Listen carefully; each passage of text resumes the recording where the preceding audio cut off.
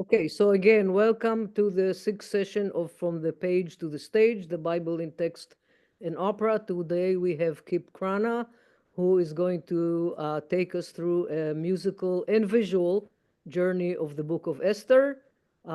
Just to remind you, if you want to ask a question, you can use the raise hand function, which is at the bottom of the screen under React. I will call on you when there is a moment of opportunity. And without further ado, Kip, take it away. All right. Good evening, everyone. Thanks for joining us again. It's been a couple of weeks since we were gathered in this very interesting topic, and I'm glad to be back to talk about Esther and musical representations of the story of Esther. 2 weeks ago, with Professors Alter and Hindle, we got a lot of information about the background of the Book of Esther, its origins, its purpose, its relationship to the festival of Purim, etc. We'll dive into some more detail about this story this evening and talk about, we'll look at some artistic representations of the story, but primarily, of course, we'll look at musical representations of the story and how composers and their librettists, that is to say, their script writers, have chosen to tell the story. I need to start sharing my screen right off to the bat to get us going. And hopefully you can see this, what I've got up there. And, Yes. great. So this is my title page, the Bible in Text and Opera, Esther. I love this illustration there at the beginning, this painting from 1915 by Ernest Normand. This is probably the most famous image about Esther that I know of, Esther denouncing Haman, and she's got quite a thrust in her pointed finger there. She seems to have taken Haman aback. I found this image which interested me. This is from the Dormition Church on Mount Zion in Jerusalem. This is Esther in mosaic there. Lots of artists have been fascinated by her. I also found this image of an ancient scroll of the Book of Esther from Morocco. I did not know this, that in tradition, the scroll of Esther only has one roller, as you see on the side there on the left, rather than two rolling from one to the other. That was something I didn't know about. Somebody unmuted that needs to mute themselves. And I just wanted to mention that there are many versions of this Esther scroll that also have illustrations. Yes, yeah, it's fascinating to look at. That's obviously an old one.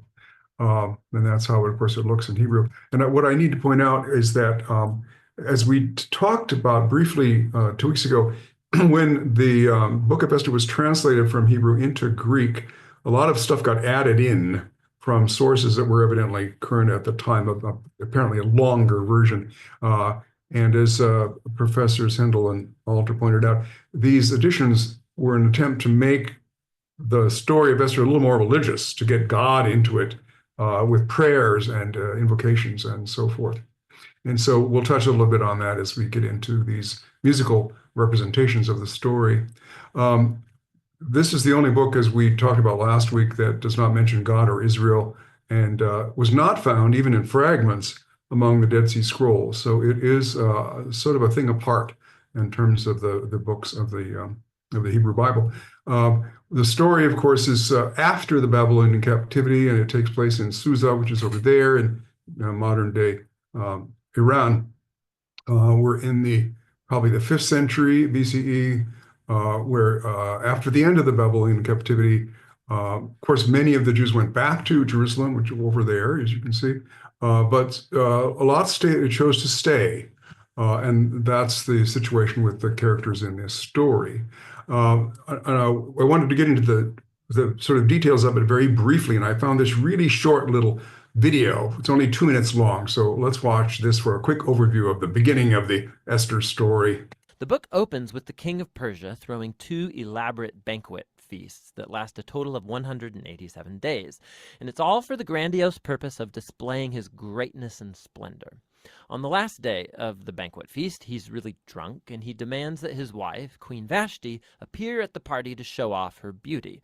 She refuses, and so in a drunken rage, the king deposes Vashti and makes the silly decree that all Persian men should now be the masters of their own homes. Then he holds a beauty pageant because he wants to find a new queen. This is like a really bad soap opera. But it's right here that we're introduced to Esther and Mordecai. Esther hides her Jewish identity and enters the beauty pageant and wins. And the king is so obsessed with Esther that he elevates her to become the new queen of Persia. Now, after this, and even more serendipitous, is the fact that Mordecai just happens to overhear two royal guards plotting to murder the king. And so he informs Esther, who in turn informs the king, and Mordecai gets credit for saving the king's life.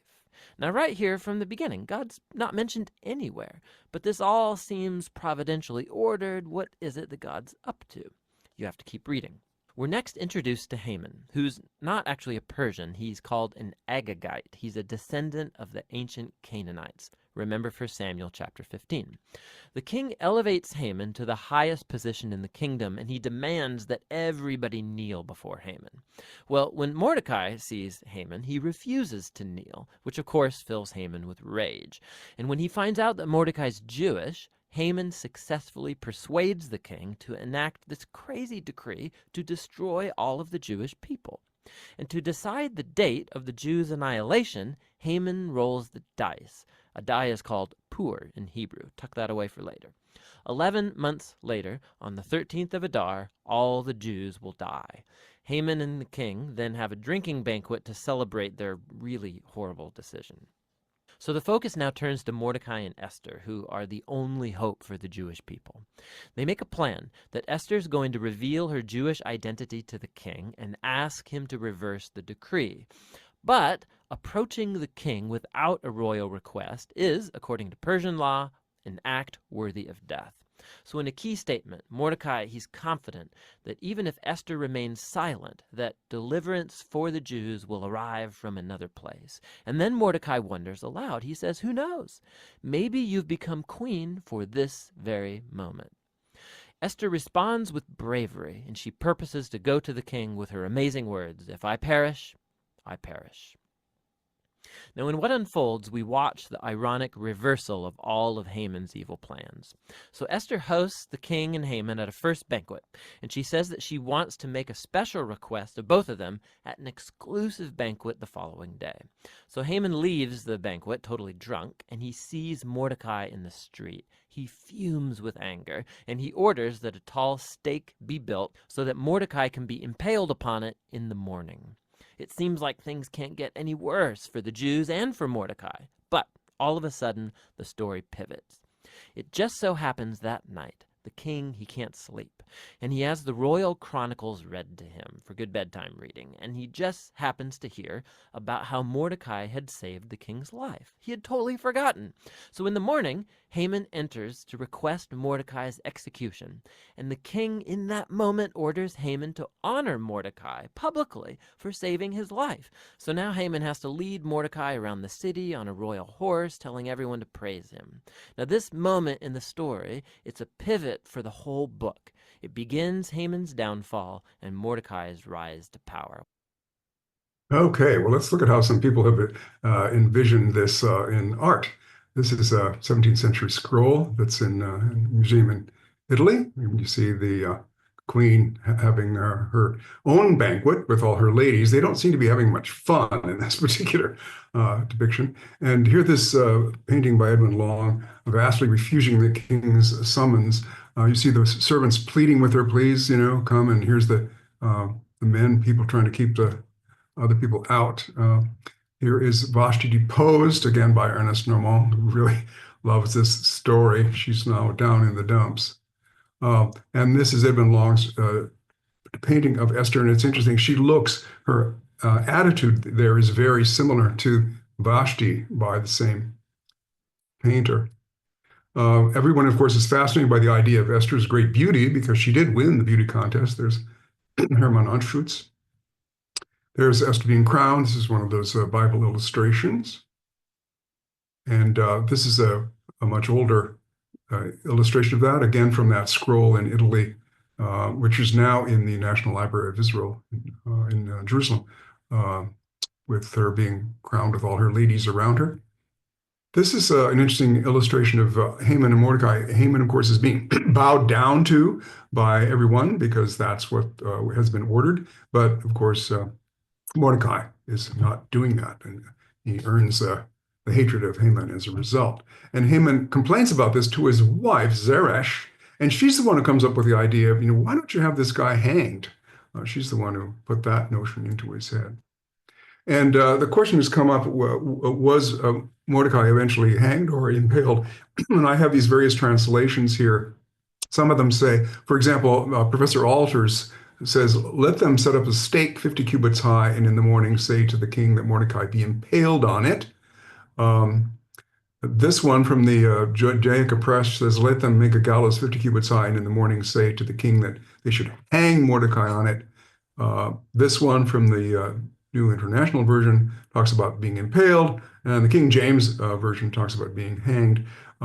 If we look at one interesting footnotes in Professor Alter's translation, it's possible that the tradition would have been that they would have been hanged first and then impaled, stuck up on a pole as a way to further humiliate them. This is Esther reading Haman's decree of extermination of the Jews, Rembrandt. And this is another Dutch painter, Esther and Mordecai there, getting ready to deal with the situation. This is, there are many paintings of this scene, Esther coming into the presence of the king. He's often called Xerxes or Ahasuerus, because it was forbidden to do that, and she was terrified of what might happen to her. And she's often pictured swooning, as we see here in this painting by Kavcic. She's, being supported as she's fainted there, and the king is wondering what's wrong with her. I love this one by Artemisia Gentileschi. Look at the wonderful 17th century clothing that they're wearing, and she's swooning because she's so afraid of what's going to happen. There's another one, Dutch painting with the same sort of situation. Mordecai being honored. There are lots of depictions of this. He's being led around the city by Haman, and it has to be a horse, by the way, that had been ridden by the king. It's a very much a big honor to be riding on such a horse. There's another one of this, the Triumph of Mordecai, as it's often called. Haman must hate this. There's another one by Botticelli. Again, interesting clothing that they're wearing. And there's a 1890 depiction of this, the women looking as this is happening off in the distance. All right, let's get back to the story. Another couple seconds here on this. The day after is Esther's second banquet. So the king and Haman arrive, and Esther informs the king that first of all she's Jewish, and second that Haman has enacted a decree to murder her and to murder Mordecai, who saved his life, and to murder all of the Jews. Now the king's had a lot to drink, so when he hears this news, he goes into yet one more drunken rage, and he orders that Haman be impaled on the very stake he made for Mordecai. It's ironic and a grisly way for Haman to go. Haman's execution, however, doesn't solve the problem of the decree to kill all of the Jews. So the focus now turns to Esther and Mordecai as they make a plan to reverse the decree. They discover that the king can't revoke a decree that he's already made. So instead, the king commissions Mordecai to issue a counter-decree. On the appointed day that all of the Jews were supposed to be killed, the 13th of Adar, now the Jews are ordered to defend themselves and to destroy any who plotted to kill them.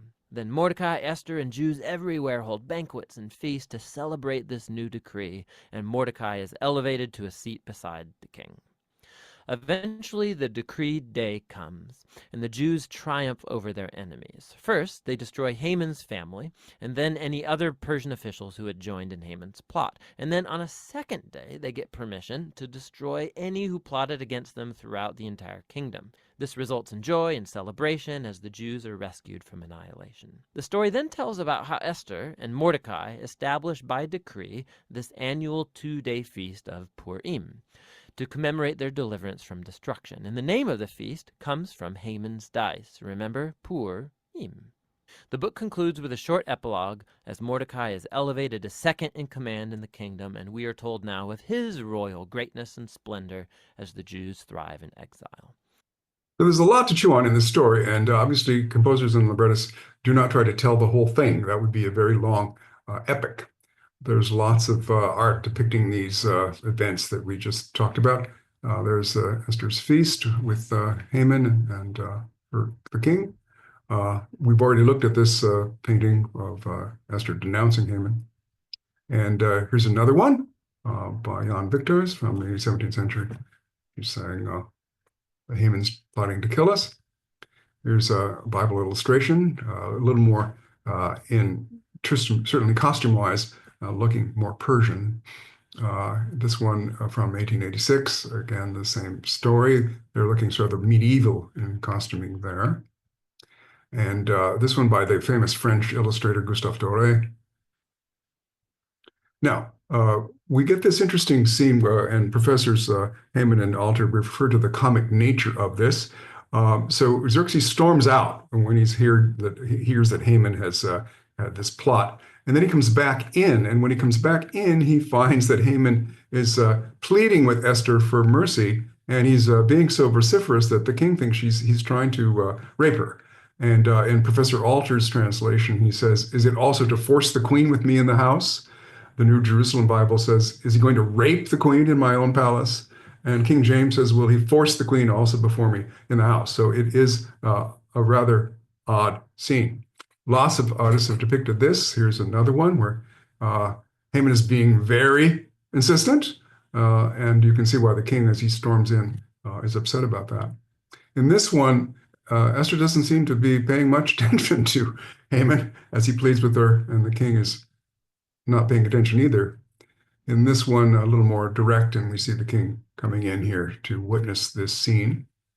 There's another one where, again, Haman is being a little too insistent as the king comes in and discovers that scene.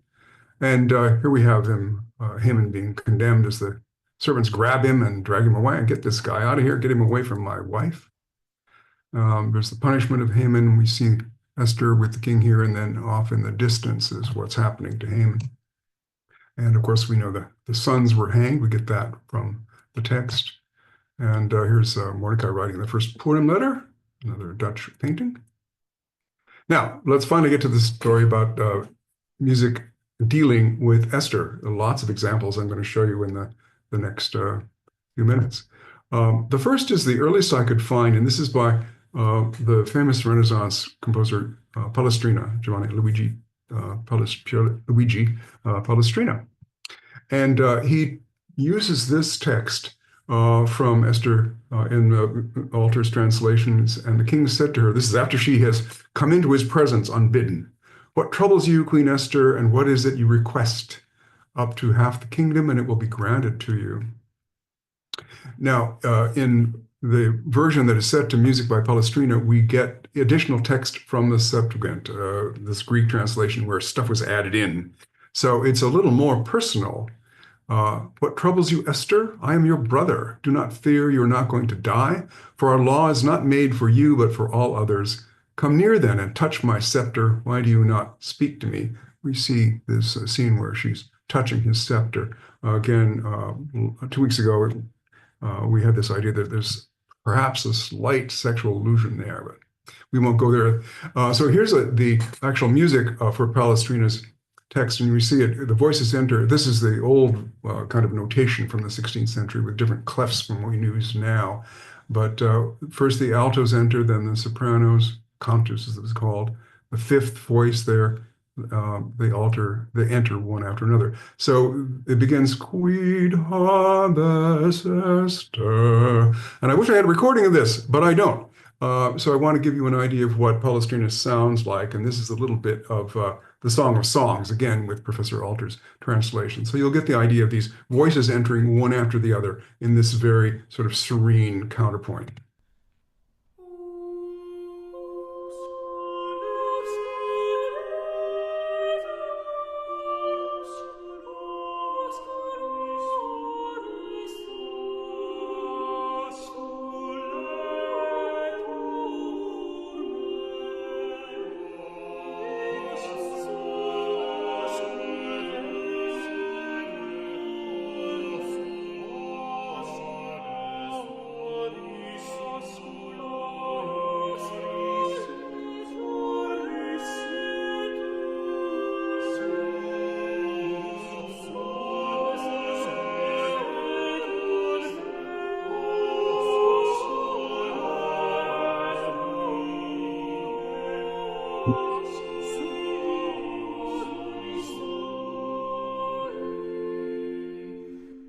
I actually thought about trying to hire some people to record this Palestrina Quid Habes Esther, but I didn't think the budget, the New Lair House could probably support that. So we had to satisfy ourselves with this little bit from the Song of Songs. The 17th century has lots of examples of oratorios mostly, or operas. Oratorios and concert pieces, not meant to be staged.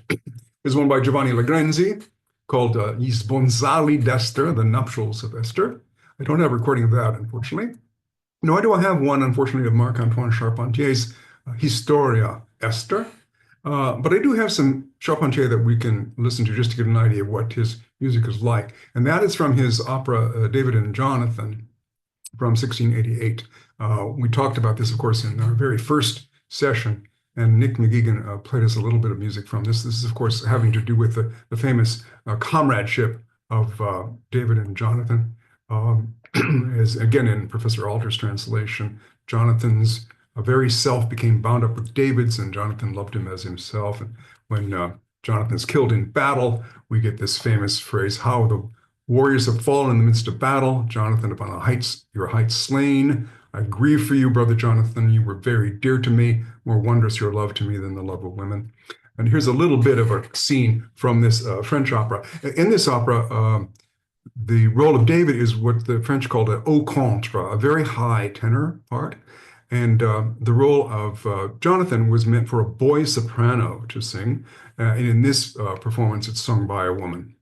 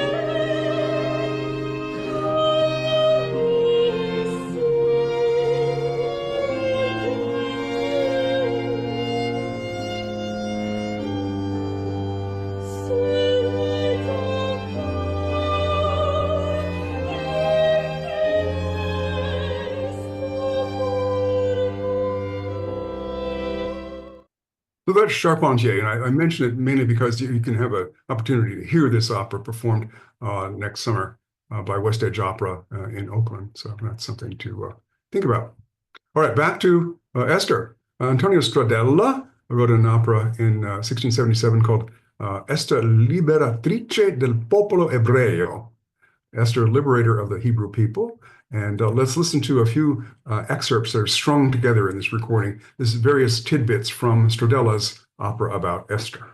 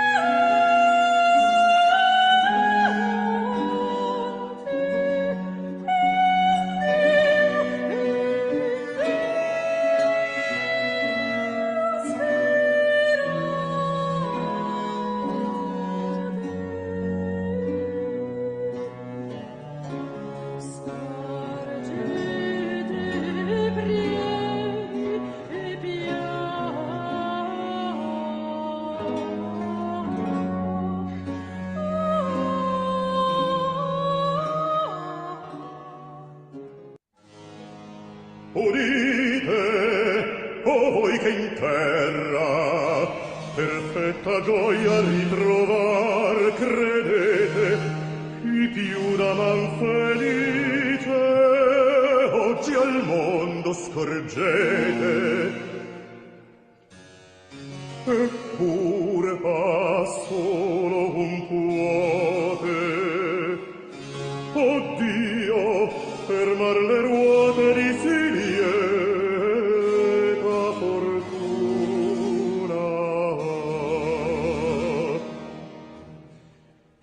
Or l'ira mia contro sua gente caduna e contro lui siere di stragi e morti.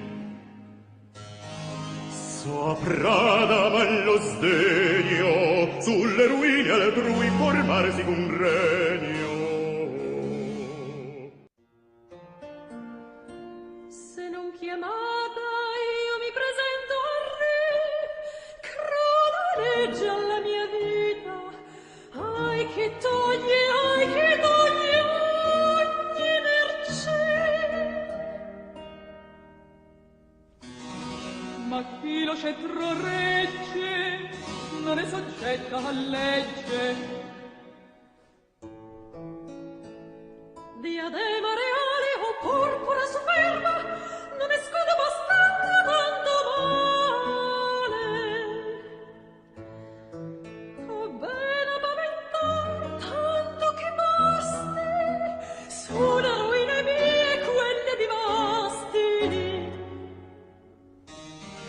Non ve temer un core precipitar per riparar l'onore d'un popolo innocente. E qual cruda vendetta volgesse Dio contro la gente eletta.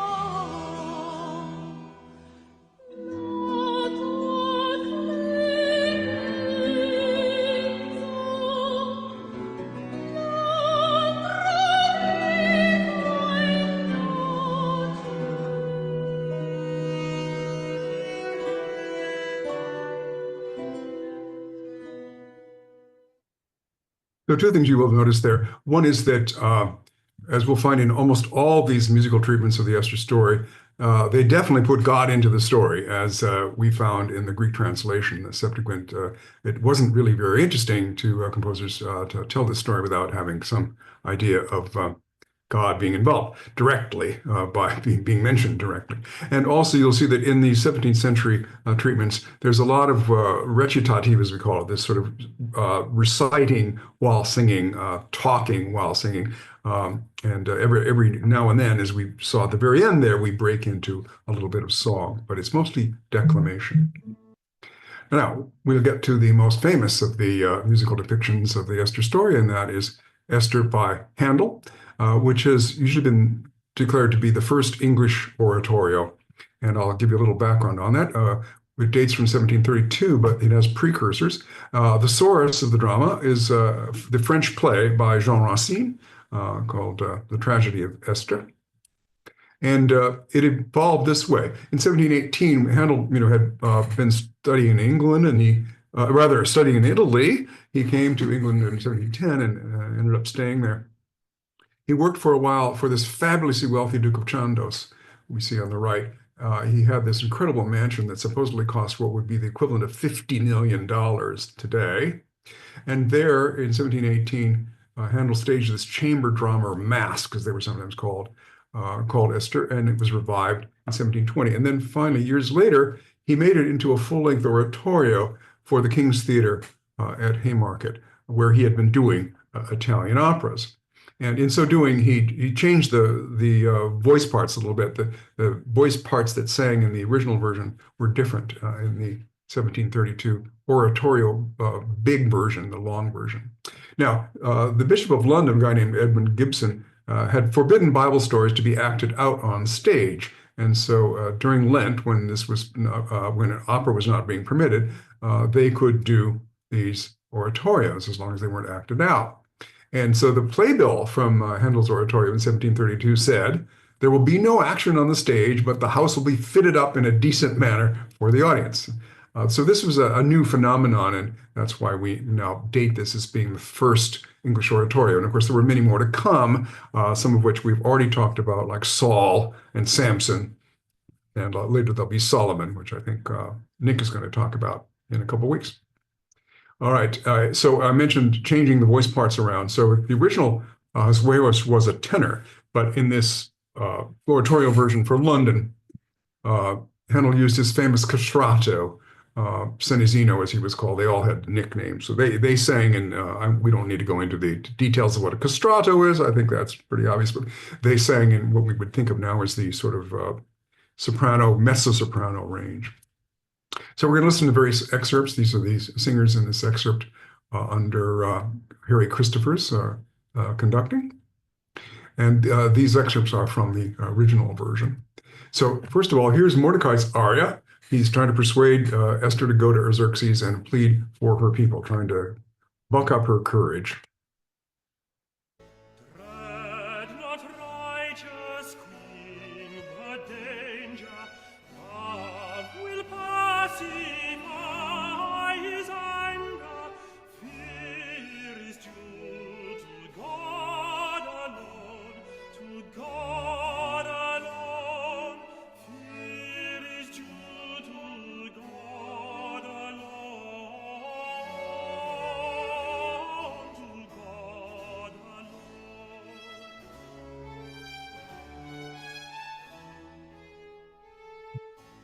Dread not, righteous queen, the danger. Love will pacify his anger. Fear is due to God alone. Fear is due to God alone. To God alone. Fear is due to God alone. Fear is due to God alone. The original version there for tenor, and when Handel created the full-length oratorio, the role of Mordecai was sung by a woman, actually by a contralto. They were much less hung up in those days on gender identity, I would say, than we are now. We tend to get this kind of hysterical about gender identity, which wasn't such a big deal back then. Here's Esther, and she's before the king, and he asks her what favor he can grant her. Now, O Queen, thy suit declare. Ask half my empire, and 'tis thine. O gracious King, my people spare, for in their lives you strike at mine. Reverse that I decree, the blow is aimed at Mordecai and me. And is the fate of Mordecai decreed, who, when the roughened sword sought to destroy my royal lord, brought forth to light the desperate deed? Yes, I own to him alone. I owe my life and throne. Say then, my queen, who dares pursue the life to which reward is due? 'Tis Haman's hate that signed his fate. I swear by yon great globe of light which rules the day, that Haman's sight shall never more behold the golden ray. So a lot of the plot is dispatched there in this recitative, this sort of talking while singing. And of course, she has reminded him there about the fact that Mordecai broke up that plot to assassinate the king. He'd sort of forgotten about that. Here is Haman in an aria pleading with Esther for mercy. He's becoming very sort of unctuous here.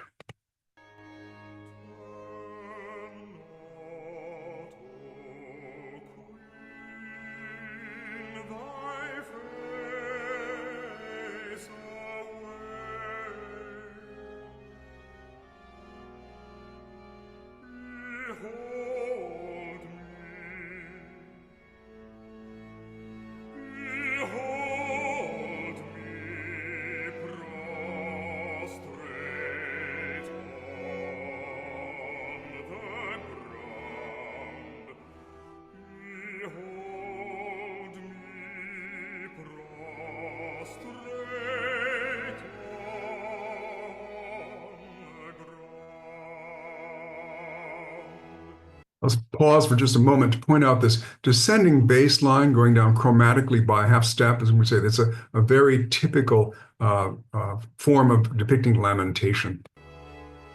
Oh, speak,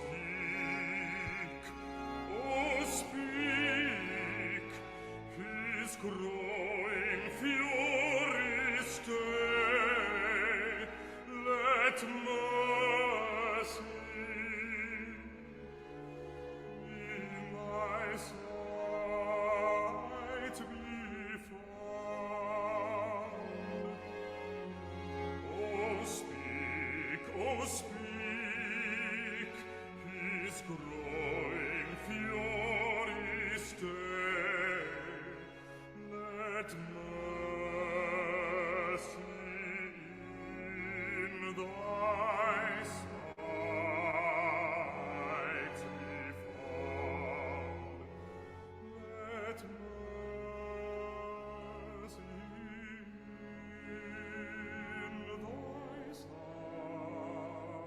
sight be found.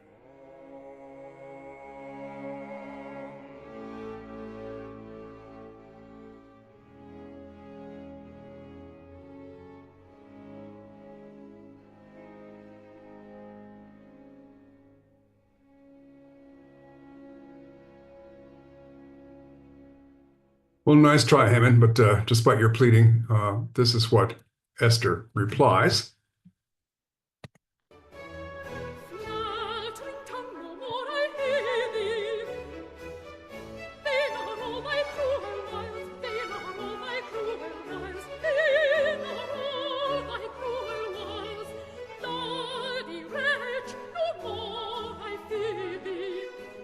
No more, no more, no more I fear thee. Vain my frowns and vain my smiles. All right. Now, interestingly, none of the musical treatments of this story that I've come across deal with the idea of the king storming in and thinking that Esther is being physically assaulted or sexually assaulted. I think the censors in these days would have found that unseemly material to put on the stage or in a concert performance. So here's Haman's aria after all this. He's full of self-pity here. How thou art fallen from thy height.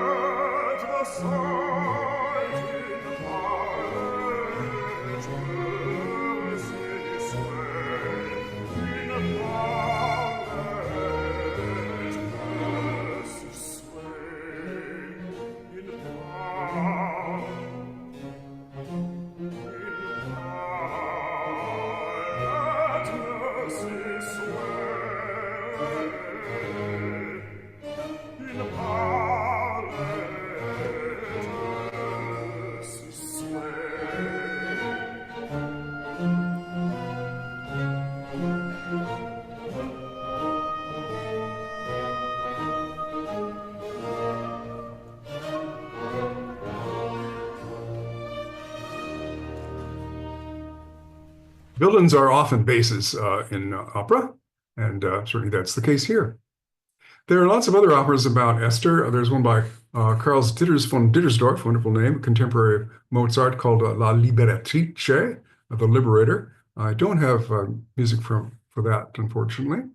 I do have music from this by another Mozart contemporary, Giuseppe Ledarti, is Esther. And this is an interesting story. It was commissioned for the Jewish community in Amsterdam. Ledarti himself was Austrian. And this was lost and rediscovered in 1999. So 200 years it lay dormant, unknown about. And then it's been transcribed into modern notation and rediscovered essentially in the 21st century. The text by Rabbi Jacob Saraval, based on the English libretto for Handel's oratorio Esther, translated into Hebrew. So they took the story that came from the French playwright Racine, went into English and then into Hebrew. So this is believed to be the very first oratorio composed directly in Hebrew. In this, the style, of course, is similar to Mozart and Haydn, although not quite in the genius realm that they represent. This is the chorus of Haman's followers. He has his posse, and they're sort of parroting his words of hatred.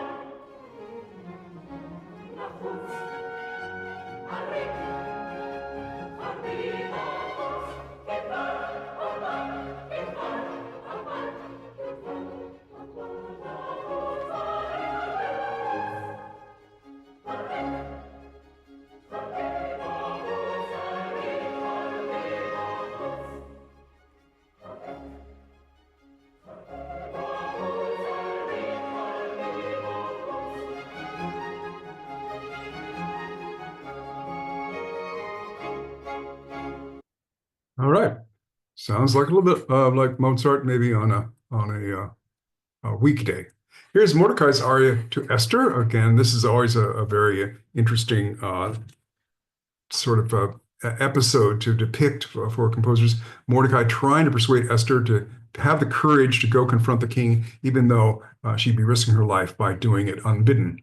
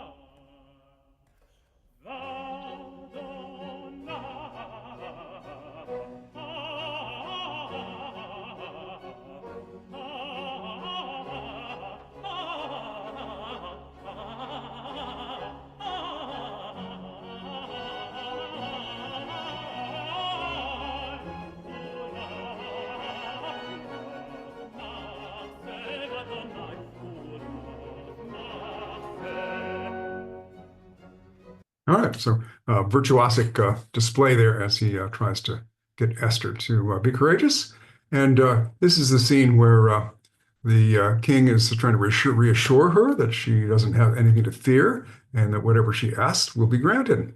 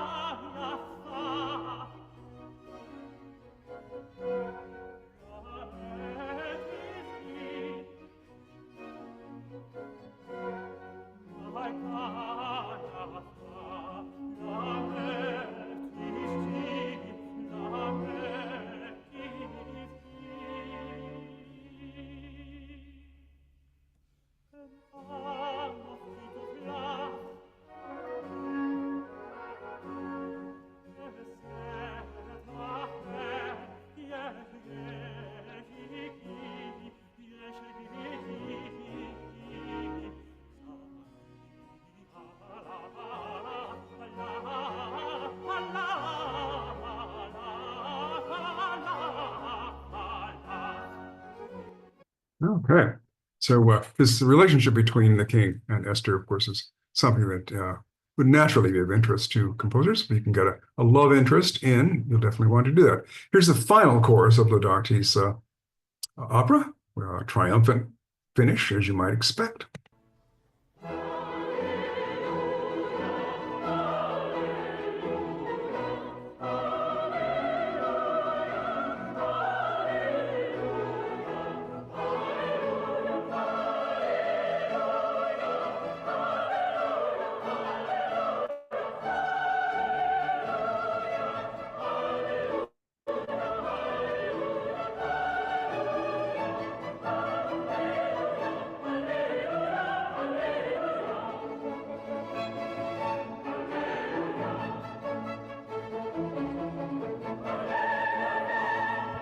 Hallelujah. All right. So that's L'Darty, a really interesting discovery. Another opera about Esther that I discovered is this one by Jan Meyerowitz from 1957, from the 50s. Interesting, with a libretto by Langston Hughes, based again on Racine's play, the same play that was the basis of Handel's oratorio. Now, I couldn't find any vocal music from this opera, but he did take some of the music and put it into a symphony called Midrash Esther. And this is the second movement, a little bit of the music depicting Haman, molto agitate e feroce, very agitated and fierce.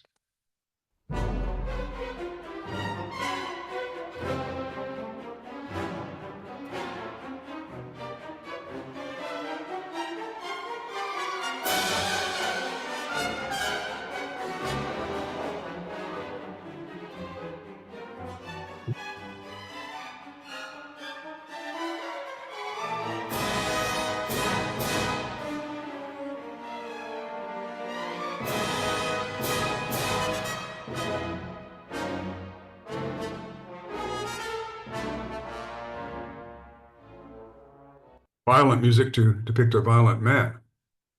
All right. Now, Sarah, at the beginning of our session today, put in a little question in the chat about comedy, since our professors 2 weeks ago referred to certain potentially comic elements in this story. She was asking, well, have any of the operatic versions of it dealt with that? Well, no, essentially not, at least when dealing with the Esther story per se. But I did discover this piece by the French composer Darius Milhaud, who worked here for a long time. He taught at Mills College here in the Bay Area. And he wrote an opera in 1937, which was the comic opera called Esther de Carpentras. And this is the brief little synopsis. In 18th century Carpentras, the new bishop permits the Jews to present their traditional play of Esther for Purim. But he plans to interrupt the performance with a demand that the Jews renounce their faith. In the performance, Esther makes her entrance unaware of the situation and addresses the bishop as if he were the king. Moved by her faith, the bishop allows the Jews to keep their own religion to the relief of the local people who draw material benefit from the Jewish community. So a little humor, evidently, related to the Esther story. I have not found any recording of this music. I couldn't find a score even, but something to investigate. Who knows? Maybe someday we'll encounter this.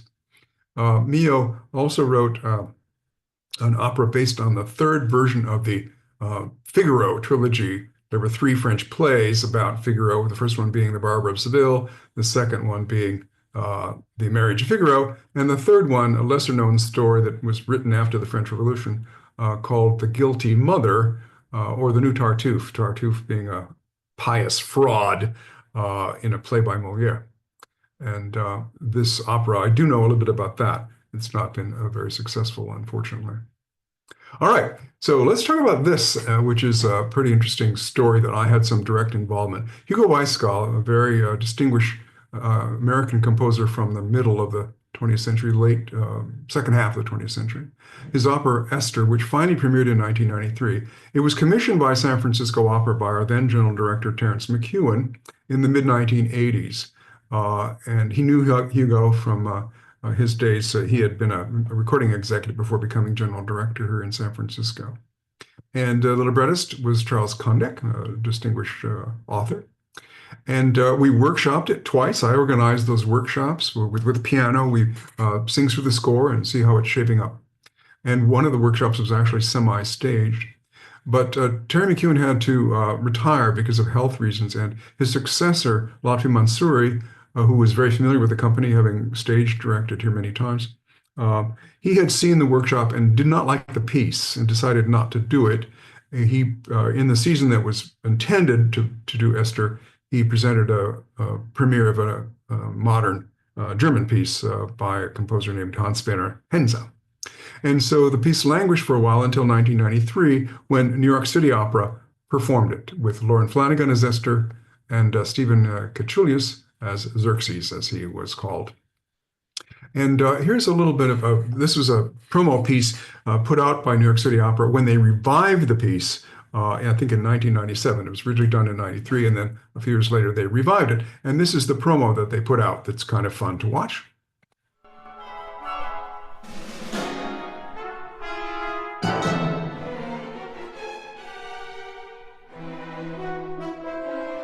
The story of Queen Esther is one of the great stories of all time, and it's, of course, famous in its biblical form from the Purim holiday. At its most basic level, as the joke goes, the story of Esther is, they tried to kill us, we won, let's eat.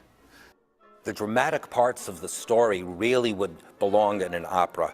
King Ahasuerus had chucked out Vashti, the first one, and so he decided to basically do an American Idol style thing. He got a whole bunch of women to line up, and he picked her because she was hot, apparently. Mordecai told Esther not to tell King Ahasuerus that she was Jewish because some people didn't like Jews in that castle. There's this one person named Haman who was plotting against the king. His evil decree was to kill all the Jews and their families. He was gonna hang them on something? Like on a hanger. Weisgall really focuses in on this issue of one's hidden identity. Esther's indecision at first, whether she should reveal her Jewish identity or not, could make for a full opera in and of itself. She ends up telling King Ahasuerus that I'm Jewish. Haman's gonna kill me. The king ended up sending Haman to be hung on his own gallows, and result killing him. And hence why we celebrate. The Festival of Purim. You eat Hamantaschen? Three-cornered, triangle, pointed cakes that have filling in the center, which don't appear anywhere on the Atkins diet. And you get a grogger whenever you hear the name Haman. Rosh, Rosh, Rosh, Rosh, Rosh. We wear costumes. My Jewish mother was very saddened that she didn't have a daughter to dress up as Esther, so one year, if you speak to her, there's actually a year she dressed me up, her third son, as Esther, but we've hidden those pictures certainly from my present congregation.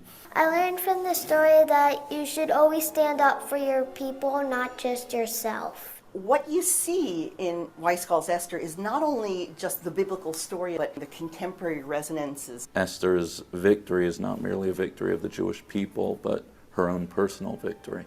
She really is a role model for everybody who cares about life and cares about community. Anyone who's interested in a really gripping, dramatic experience when you come to opera, Esther is definitely the kind of story that you're going to love. It's true epic music theater and going to be a great way to start the season. Go see Esther.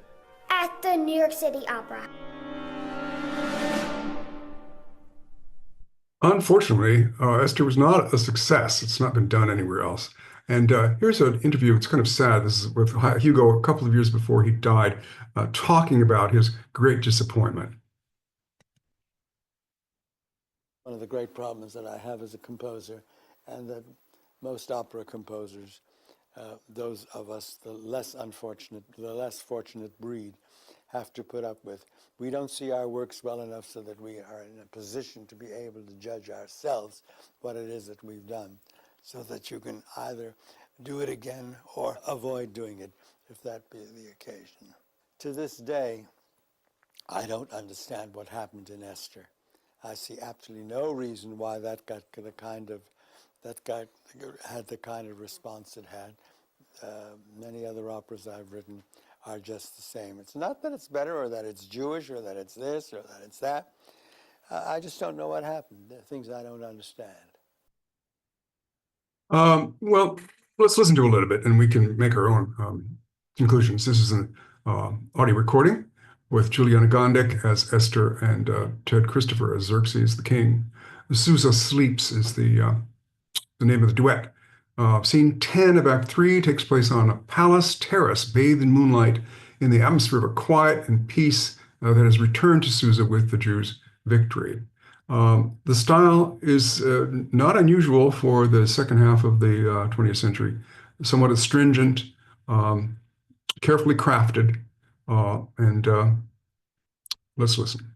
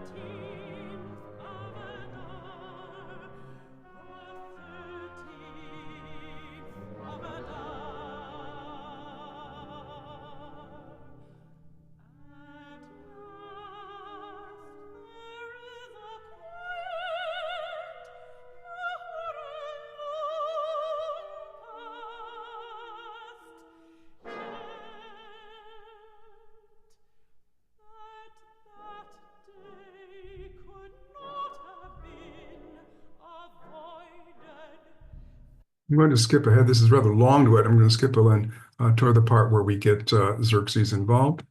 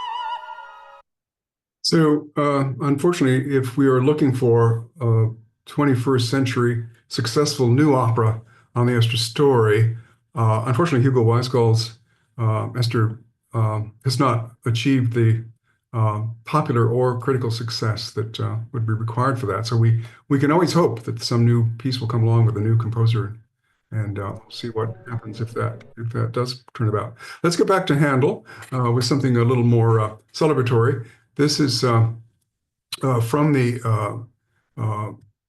the original version. This part, Mordecai, was originally written for a female contralto. I should say, not from the original version, but from the 1732 oratoria version, the full-length version. The part was originally written for a female contralto. I mentioned that the women singing men's parts was no big deal. People didn't get upset about that. Here it's sung by the wonderful countertenor who was in our training program here at San Francisco Opera, what's called the Outer Fellowships, Arya Nussbaum Cohen, who before being a professional singer was a cantor in a synagogue. Here he is singing this invocation to God.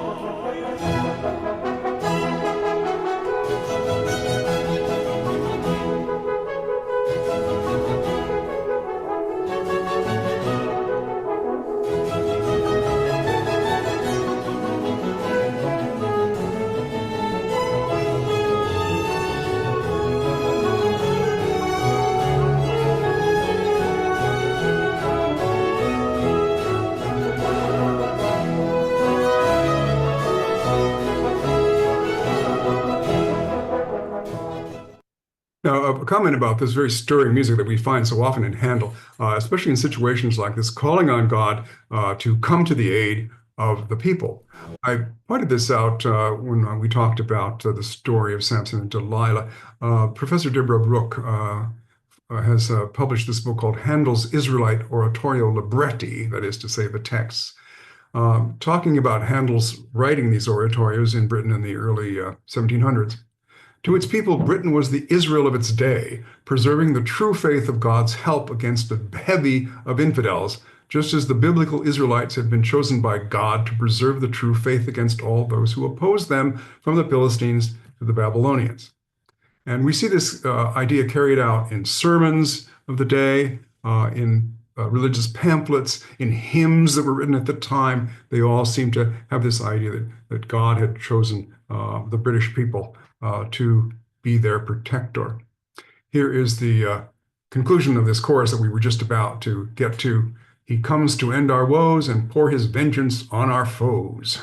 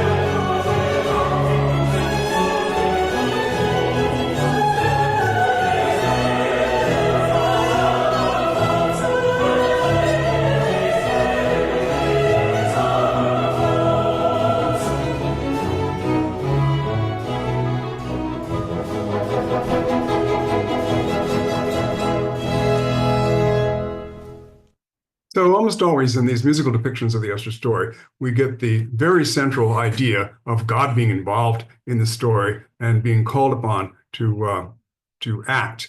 Unlike the original text in the Bible, I don't think any of these composers, librettists, found a lack of God in the story to be a very interesting way to present it. All right, I'm going to get out of screen share now. I've thrown a lot of stuff at you. and I'm sure there are lots of comments that people have, and I'd be glad to hear them. So let's Thank, go ahead. thank you. Wonderful.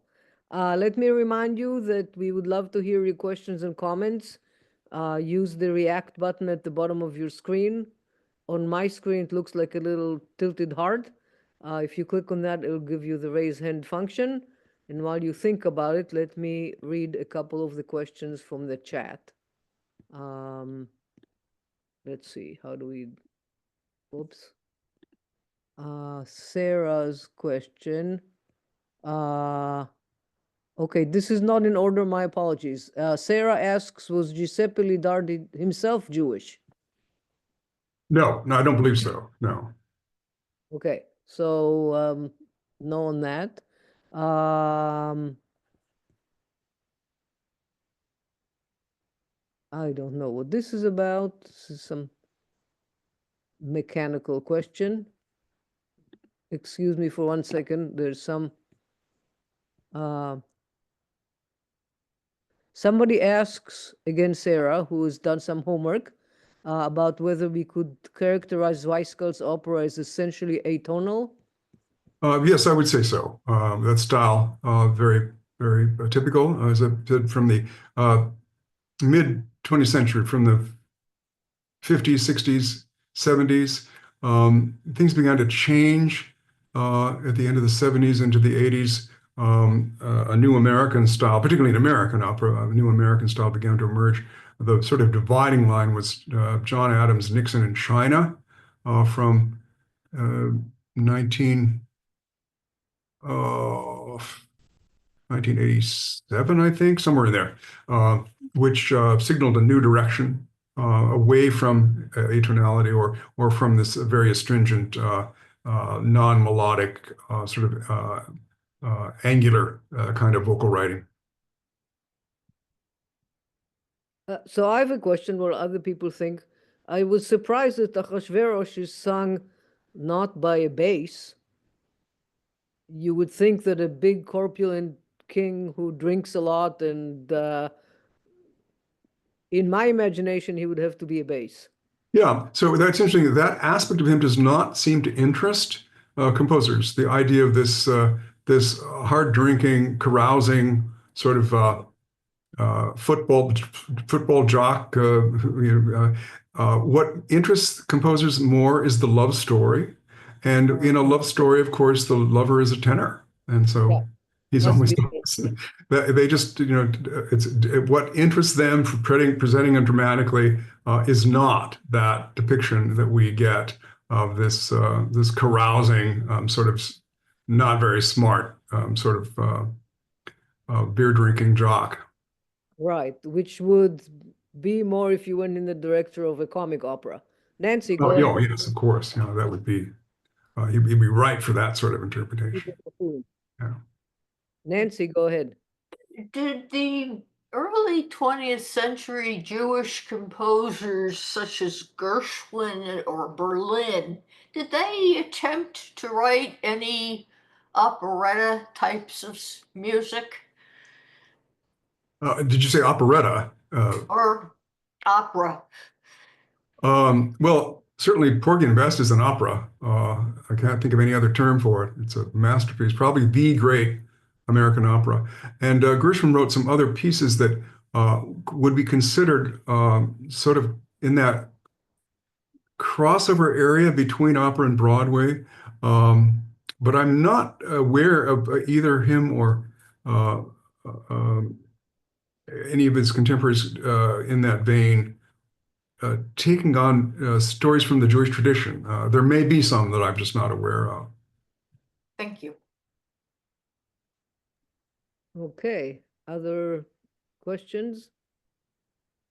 If you want to just hit the space bar and unmute yourself, I'm happy to hear what your comments or questions are. Yeah, go ahead, Sarah. Well, I'm asking this question kind of on behalf of my Torah group that I work with. When you said that Lidardi was asked by the head rabbi in Mantua to write that he would like to write a libretto, a light went on because it was in Mantua that Soleimani Rossi wrote his wonderful pieces for the Jewish liturgy. Yes, I'm very familiar with them. There were some wonderful choral works by Salomon Rossi in Hebrew, and they make really wonderful concert pieces. It was the Jewish community, and I don't really know the whole background of this. I'd have to do a lot more digging. It was the Jewish community in Amsterdam that commissioned Ladarty, and I'm not sure what his connection with them was, but they wanted the story told in Hebrew, and so they commissioned it, the translation of Handel. Of course, there was no problem with copyright in those days, so they translated the English libretto for Handel's piece, which was by then 40 years old, into Hebrew and said it. And I wouldn't be surprised if it comes around in some local performance. It's only been available for the last 25 years, having been rediscovered. Quite a, I was trained as a musicologist, and that was always your great dream, is to be rummaging around in some dusty archive and unearth some great treasure that had been lost forever. So whoever discovered that was had really made a big hit. And I would just mention that the Hebrew is quite archaic. If you were translating it today, it would sound completely different. That was interesting to me as a native Hebrew speaker. Yeah, Sandra, go ahead.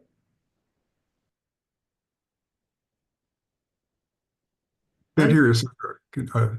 Press your space bar.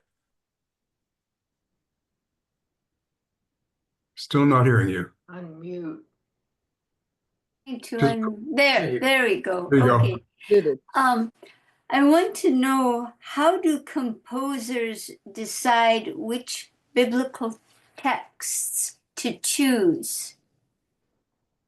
It's a very individual thing, and I've talked with a lot of composers and librettists, and it has to really just be what inspires them. What is going to make the muse show up at your doorstep and bring you the inspiration you need to write the story.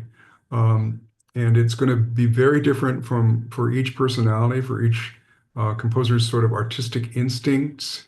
What strikes that chord in them. It's hard work to write an opera, obviously, and especially if you're not inspired. If you were given a task, as was often the case back in particularly the 17th and early 18th centuries, Mozart was, as a young man, as a teenager, was handed a story. Here, take this libretto that's been set to music many times already, and compose an opera based on it.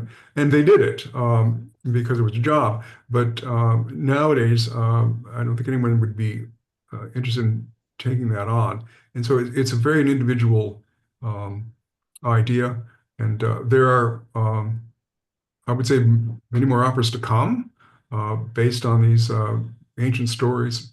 And it's really going to depend on the individual taste and it's such, where does that inspiration come from? I always think about that when I hear a beautiful piece of music, and I think, where did that happen? How did that come into the mind of the composer? Mozart is famous for having evidently sort of dictation from God. He didn't do much drafting. He didn't labor over his scripts over his scores rather the way Beethoven did. He left lots of different variations as he struggled to craft his piece. So where does that dictation from the muse come from? And it's composers, they often talk about going into a block. Sometimes they're writing away, and then suddenly the inspiration goes dry. They need to take a break. They need to go out and hike in the redwoods or go away somewhere just to get the batteries recharged. It's a fascinating thing. Thank you. Ethel, go ahead with your question. Yeah, why did you leave off Salome in your selection of operas? Strauss's Salome. Seems Well, that's a biblical story. Well, of course, it's based on the New Testament. So it doesn't really fit in our particular category right now. It's from the story of Solomon comes from Matthew, I believe. No, sorry, it's found both in the Gospel of Matthew and Mark. It's found in both stories, but not really part of this series of we're talking about here. Something. Yeah, but I would say that there are certainly many other biblical stories that have made their appearance in music. So perhaps in a year we'll do a second part two. We can certainly think about some beautiful music and Yeah. There are lots of operas on the Cain and Abel story, and there are operas on Moses, and particularly the Passover, and of course crossing the Red Sea. That's a very operatic scene. So yeah, there's quite a fertile field there of other operatic treatments to explore. and all the way to Judas Maccabeus, if we want to come back to Handel, and maybe if we do that, we'll close with a sing-along of that, since it's so lovely. Yeah, that's a rouser. Yeah, it's a rouser, exactly. Yeah, I think Handel had a good handle on how to do that. Okay, well, thank you all so much. Thank you, Kip, so much. If we were in person in the room, I think everybody would jump to their feet and hug you. It's been absolutely wonderful. And yes, next year, maybe we'll do a second part two. I'm glad to talk about that. It's been a real pleasure to do this. I found it intriguing to delve into this. I knew quite a bit about this to begin with. In fact, I picked Esther and Samson and Delilah because I knew a bit about them to start with, but it was great fun to dig in deeper. Yeah, yeah. And also thank you very much for all the artwork that you presented, which made me think of another course called, I have a thing about naming. So the course I want to do is from canon to canvas. Ah, wonderful. Stories in text and art. So maybe we'll do that and then we'll come back to music. So stay around for several more years because there's a lot more to learn and appreciate. And again, thank you all so much. And we'll see you next week with the final story of the daughter of Jephthah, who, for those of you who haven't looked forward, he is one of the judges. He goes out to battle. He's outnumbered. He makes a vow that should God deliver the enemies into his hand, he will sacrifice the first creature that comes to greet him when he returns home. Now, I don't know what he was thinking because they did not have dogs. They did not keep dogs. So what was he thinking? That a goat was going to come and greet him? Anyway, did not, spoiler alert, but his daughter comes out to greet him and it becomes a tragedy with overtones to the Iphigenia story. So we'll come back to echoes between the Bible and Greek mythology. So thank you all very much. Good night, and we'll see you next week. Thank you. Good night.